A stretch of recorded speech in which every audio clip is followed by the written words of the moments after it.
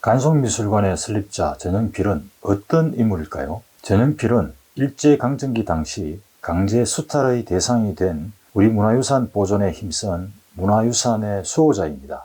그리고 한국의 혼과 미를 지켜내면서 우리나라 최초의 사립미술관인 보화각, 현재의 간송미술관을 설립한 대수장가입니다. 간송 전영필은 1906년 서울 종로에서 중추원 의관이자 미곡상인 전영기의 이남 사녀 중 막내로 태어났습니다. 간송 집안은 우리나라에서 손꼽히는 부자로 10만석 대부호 가문이었습니다. 지금의 종로와 동대문 일대의 상권과 경기도 고양과 양주, 충남 공주와 서산 일대의 큰 평야를 보유한 전국 최고 수준의 부호였는데요. 생가와 양가 통틀어 유일한 적손이었던 간송은 양가의 모든 재산을 단독으로 상속받았는데요. 23세 젊은 나이에 논 4만 마지기 약 800만 평을 상속받으면서 조선의 거부 40인에 들어갈 정도였다고 합니다. 간송은 이 재산 대부분을 우리의 귀중한 문화유산들을 수호하는 데 투자했습니다. 문화유산 수호뿐만 아니라 간송은 직접 작품 활동을 하기도 했는데요. 전영필이 직접 그린 작품 고당 추효와 수선이 간송미술관에 있습니다. 고당 추효는 오래된 연못의 가을 새벽을 뜻합니다. 간송과 관련된 유명인물로 월탄 박종화가 있습니다. 학창시절부터 많이 교류한 박종화는 간송의 외사촌 형이자 간송과 함께한 평생지기였는데요. 대하사극 용의 눈물과 여인천하 등의 원작을 집필한 역사소설가입니다. 그리고 한국 최초의 서양화가로 평가받는 춘곡 고희동이 있습니다. 고희동은 간송의 고교 시절 은사이고요. 간송이 우리 문화유산에 눈을 뜨게 해준 인물입니다. 그리고 3.1운동을 주도한 민족 지도자 33인 중 한 사람으로 금석학의 대가이자 한국 민족미술의 대계를 정리한 위창 오세창이 있습니다. 오세창은 간송에게 문화로 나라의 정체성을 지킨다는 문화보국의 정신을 가르쳐준 평생의 스승입니다. 간송이라는 아호도 오세창으로부터 받았는데요. 간송은 산골짜기에서 흐르는 맑은 물과 사시사철 푸른 소나무를 뜻합니다. 간송 아호를 얻고 우리 민족의 혼과 을을 지켜내겠다는 신념으로 문화유산 수집을 본격적으로 전개하게 됩니다. 간송미술관의 고서화 명품 상당수를 오세창의 감정과 평가 후에 수집했다고 합니다. 1930년 일본 와세다 대학에서 법학을 전공한 후 귀국한 전영필은 조선의 중요한 문화유산을 수집해 나갔습니다. 당시 전영필은 법학도의 길 대신 민족문화유산을 수호하는 길이 자신이 할 수 있는 독립운동이라고 생각했습니다. 그래서 1932년에 고서화를 취급하던 서점인 한남서림을 인수했는데요. 이곳을 전진기지로 해서 춘곡 고희동과 월탄 박종화, 청전 이상범 등 당대의 문사, 예술가들과 적극적으로 교류하면서 민족문화유산을 수집했습니다. 고려 청자의 대표작인 청자 상감 운항문 내병과 청자 모자 원숭이형 연적 등은 모두 간송이 일본으로 유출될 뻔한 것을 거액을 주고 지켜낸 작품들입니다. 간송은 1934년부터 서울 성북동 초입에 위치한 대규모의 부지를 구입하여 이곳을 북단장이라 했고요. 1938년에는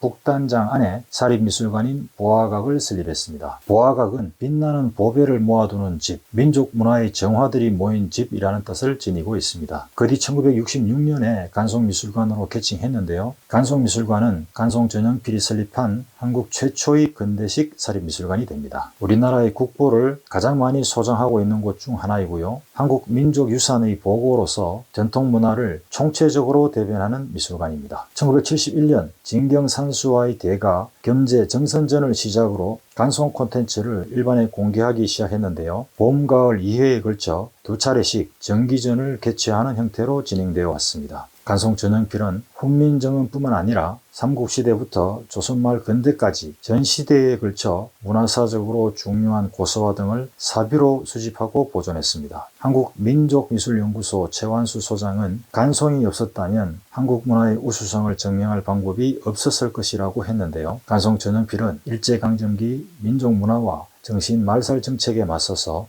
문화유산을 지켜낸 우리 문화 수호자였습니다. 간송 전영필은 일제강점기 일본 등 해외로 유출되거나 소실될 뻔했던 우리 민족의 수준 높은 문화유산 수천여 점을 어려운 역경을 뚫고 온 재산을 들여 수집했습니다. 특히 민족 말살 정책이 극에 달했던 일제강점기 말에 보여준 간송의 민족 문화의 진수를 지키기 위한 노력은 대단했는데요. 문화로 나라를 지킨다는 문화보국의 정신이 깃든 간송미술관에는 교과서에 수록된 우리 자긍심을 높이는 작품들이 매우 많습니다. 유네스코 세계기록유산으로 등재된 훈민정음 해례본을 비롯한 국보 12점과 보물 30점 등이 있고요. 서하와 자기, 불상과 불구, 전적과 와당 등 만여 점 이상의 소장품을 보유하고 있습니다.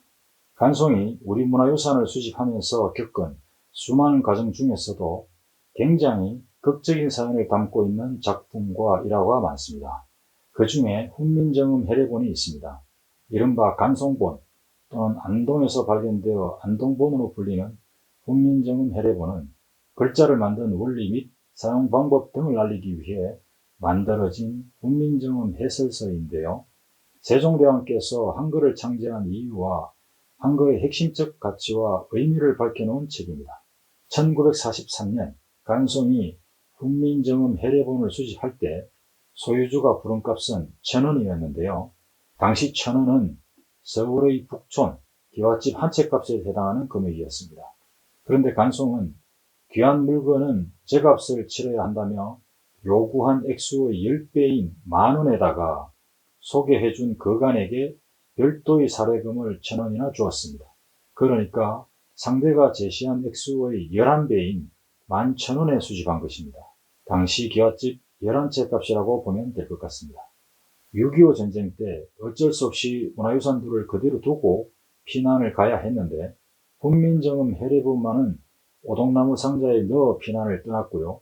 피난길에도 잃어버릴까봐 가슴에 품고 다녔고 잠을 잘 때는 베개 속에 넣고 잤다고 합니다. 훈민정음 해례본은 1962년 국보 제70호로 지정이 되었고요. 1997년에는 세계인이 기억하고 공유해야 할 자산으로 인정받아서 유네스코 세계기록유산으로도 등재되었습니다. 인류 역사에서 언어를 만든 후 그 글자를 만든 원리와 사용 방법 등에 대해 기록한 책은 훈민정음 해례본이 유일하다고 합니다. 그리고 교과서에 실리며 고려 상감청자를 대표하는 청자상감 운항문 매병 일화가 있습니다.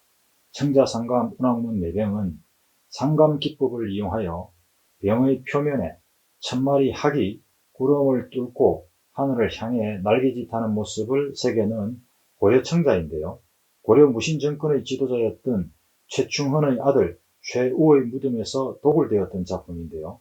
일본인 수장가로부터 20,000원에 구입했다고 전해집니다. 뒤에 일본인 수집가가 찾아와서 2배 가격인 40,000원에 사겠다고 했는데요. 간송이 이 청자보다 더 훌륭한 자기를 가져오면 그때 산 가격대로 드리겠소 라고 응수한 사실은 유명한 일화입니다. 그리고 풍속화의 대가 신윤복의 해원전신첩이 있습니다.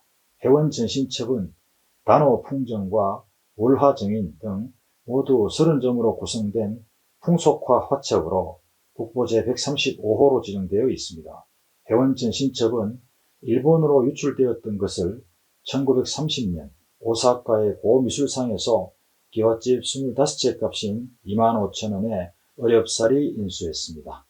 또 하나 간송이 경성미술구락부 경매장에서 14,580원에 구입한 백자 청화 철체 동체 초축 난국 문병이 있습니다.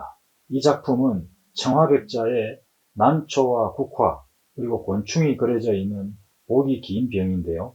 참기름병으로 쓰이던 것을 일본인 골동상이 단돈 5원에 구입해서 경매에 나온 작품입니다. 경매장에서 간송은 일본인 거상이자 미술상인 야마나카와 치열하게 경쟁하면서 확보했는데요. 이 작품은 조선 백자의 최고봉으로 평가되고 있습니다. 그리고 일본으로 탈취해 가기 위해 배에 실리기 직전 간송이 찾아온 작품들이 있는데요. 보물 제579호인 괴산 팔각당형 부도와 보물 제580호인 문경 5층 석탑이 바로 그것입니다. 1937년 일본에 있던 영국인 수집가 존 게스비라는 변호사가 있었는데요. 이 사람이 영국으로 돌아가기 직전에 최고 수준의 고래청자 20점을 입수한 일화도 있습니다. 개스비는 청자를 팔며 고래청자가 당신의 나라로 돌아가게 되어 정말 기쁩니다 라고 했는데요.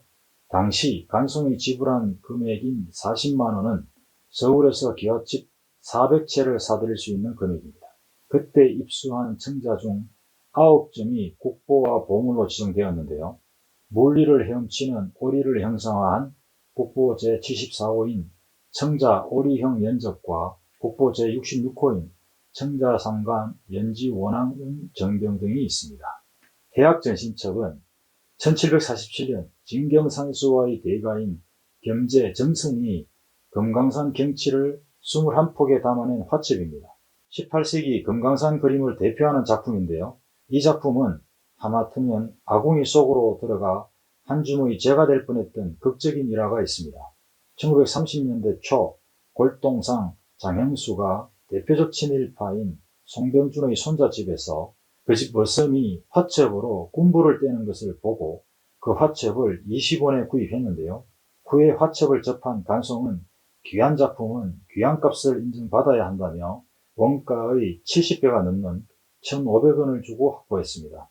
이렇게 소장된 작품은 겸재 정선에 대한 연구의 물꼬를 트게 한 소중한 문화유산이 되었습니다. 간송미술관은 현재 겸재의 서화를 123점을 보유한 국립중앙박물관보다도 더 많은 161점을 소장하고 있는데요. 한국민족미술연구소장 최완수 소장은 간송의 소장품이 없었으면 우리나라에서 겸재와 투사 연구가 불가능했을 것이라고 했습니다. 남종 화풍의 대가였던 현재 심사정의 촉잔도건의 수집과 보호는 간송의 열정을 단적으로 보여주는 일화입니다. 촉잔도건에서 촉은 지금의 사천성 지역인데요. 중국 중원에서 촉당인 사천성으로 갈 때 넘는 험준한 산길을 담은 8m가 넘는 장대한 두루마리 그림입니다. 당시 큰 기와집 5채 값인 5,000원에 구입했을 때 촉잔도건의 보존 상태가 좋지 않아 너덜너덜했는데요. 간송은 이를 온전히 보존하기 위해 무려 기와집 6채 값인 6,000원을 들여 수리하고 정밀하게 복원 재생했다고 합니다. 이러한 문화유산 수집 보호에 대한 간송의 열정으로 겸재 정선의 작품과 심사정의 촉잔도건 같은 명작을 감상할 수가 있게 된 것입니다. 간송이 남긴 수많은 작품 수집 관련 일화를 통해 볼 때 간송이 우리 문화유산을 얼마나 소중히 여기고 아꼈는지를 잘 알 수가 있는데요.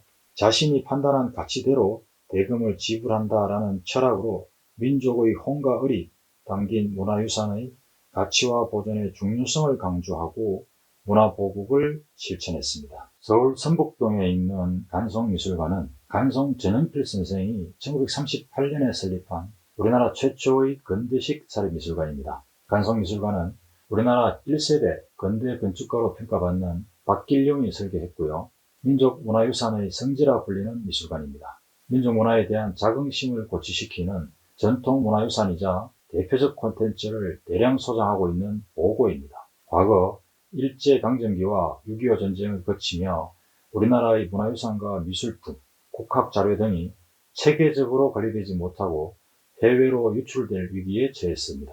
이처럼 역사와 문화, 전통이 왜곡되고 멸실될 위기에 직면하자 간송 전영필은 문화로 나라를 지킨다는 문화보국 정신으로 민족문화유산을 지키는 데 전력하였습니다. 이러한 문화유산을 보존하고 활용하기 위해 설립한 곳이 간송미술관입니다. 최초 이름은 빛나는 보물을 모아둔 집이라는 의미의 보화각이었는데요. 그리 1966년에 간송미술관으로 개칭했습니다. 간송미술관은 간송 전영필이 설립한 한국 최초의 근대식 사립미술관이 됩니다. 간송미술관은 교과서에 등장하는 귀중한 가치를 지닌 문화유산으로 평가받는 서화와 자기, 불상과 불구, 전적과 와당 등을 소장함으로써 전통문화를 총체적으로 대변하고 있습니다. 우리나라에서 국보를 가장 많이 소장하고 있는 곳 중 하나인데요. 다양한 국보, 보물급 문화유산을 소장하고 있어 한국 문화예술 역사를 한자리에서 훑어볼 수 있는 것으로 유명합니다. 유네스코 세계기록유산으로 등재된 훈민정음 원본인 훈민정음 해례본을 비롯해 국보 12점, 보물 30점 등을 보유하고 있습니다. 그리고 다른 김홍도의 풍속화, 회원 신윤복의 미인도와 민속화첩, 경제정선의 진경산수와 오원 장성업의 명화, 추사 김정희의 명필, 고려청자의 진수, 청자상감 운항 매병 등이 있습니다. 그러나 서울의 간송미술관은 공간의 제약으로 인해 상설 전시관으로는 한계가 있어서 일반인 관람이 매우 어려웠습니다. 간송미술관은 1971년부터 gem제 점선전을 시작으로 일반에 공개하기 시작했는데요. 개방 기간은 1년에 단 2번, 봄과 가을에 약 2주일 정도였습니다. 그처럼 미술관 이용 시기가 연간 2차례로 한정되고 짧은 기간이었기 때문에 관람객의 방문이 쉽지 않았습니다. 많은 사람들이 간송 콘텐츠를 보기 위해 몰려들었고요. 간송미술관 주변 골목까지 긴 줄이 이어지기도 했는데요. 1시간 관람을 위해 3시간을 넘게 기다리기도 해서 헬게이트라고 불리기도 했습니다. 서울의 간송미술관은 전시보다는 문화유산의 보존과 연구에 더욱 초점을 맞추고 있어서 일반인들이 간송 콘텐츠를 여유롭게 감상하기 매우 어려웠는데요. 대구 수성구 삼덕동에 조성된 대구간송미술관은 이 과제를 해결할 수 있는 간송 콘텐츠의 유일한 상설 전시 공간입니다. 대구간송미술관은 부지 면적 24,073제곱미터에 건축 연면적 8,003제곱미터, 지하 1층, 지상 3층 규모로 매우 웅장한데요. 서울의 간송미술관 부지보다 10배 이상 더 큰 규모입니다. 또한 대구 대공원 내에 위치함으로써 자연에 녹아드는 우아한 건축미를 구현했는데요. 미술관 자체가 대구를 대표하는 랜드마크입니다. 대구간송미술관은 5개의 전시실과 간송의 방 등의 전시공간이 있고요. 그리고 보이는 수리복원실과 아카이브 집과 서고, 미술관 카페인 라운지온 등으로 구성되어 있습니다. 5개의 전시실에서는 고려청자와 조선백자 등 도자와 조각, 서예 작품 등과 함께 김홍도와 신윤복, 심사정 등의 명품 회화를 전시하고 있습니다. 간송의 방에서는 일제강점기 문화보국의 가치를 실천한 간송 전형필의 유품이 전시되어 있고요. 보이는 수리복원실은 단순히 작품을 수리복원하는 공간에 그치지 않고 관람이 가능한 관객 친화적인 개방형 공간으로 운영됩니다. 서울간송미술관은 연구와 학술 부분에 초점을 맞추고 대구간송미술관은 좀 더 대중적이고 열린 전시 공간으로 자리매김할 것입니다. 서울간송미술관이 문화보국 정신의 정수를 체현하는 상징적인 공간이라면 대구간송미술관은 문화보국 정신을 세대와 지역을 넘어 미래로 이어가는 공간인 것입니다. 대구간송미술관은 문화보국의 상징이자 문화국격을 선도하는 중심으로서 독보적인 컬렉션과 고품격의 문화 서비스로 우리나라의 대표적인 문화관광 플랫폼이 되어야 합니다. 단순히 전시물을 보고 돌아가는 근대적 의미의 미술관이 아니라 대한민국 시각예술의 과거와 현재를 잇는 매개체이자 국제적 교류와 네트워크를 주도하는 미래형 플랫폼이 되어야 할 것입니다. 런던의 대형 박물관에 고대 이집트 문자를 해독하는 데 기여한 로제타 스톤이 있다면 대구간송미술관에는 한글을 만든 원리와 사용 방법을 기록한 훈민정음 해례본이 있습니다. 그리고 파리 루브르 박물관에 모나리자가 있다면 대구간송미술관에는 미인도가 있습니다.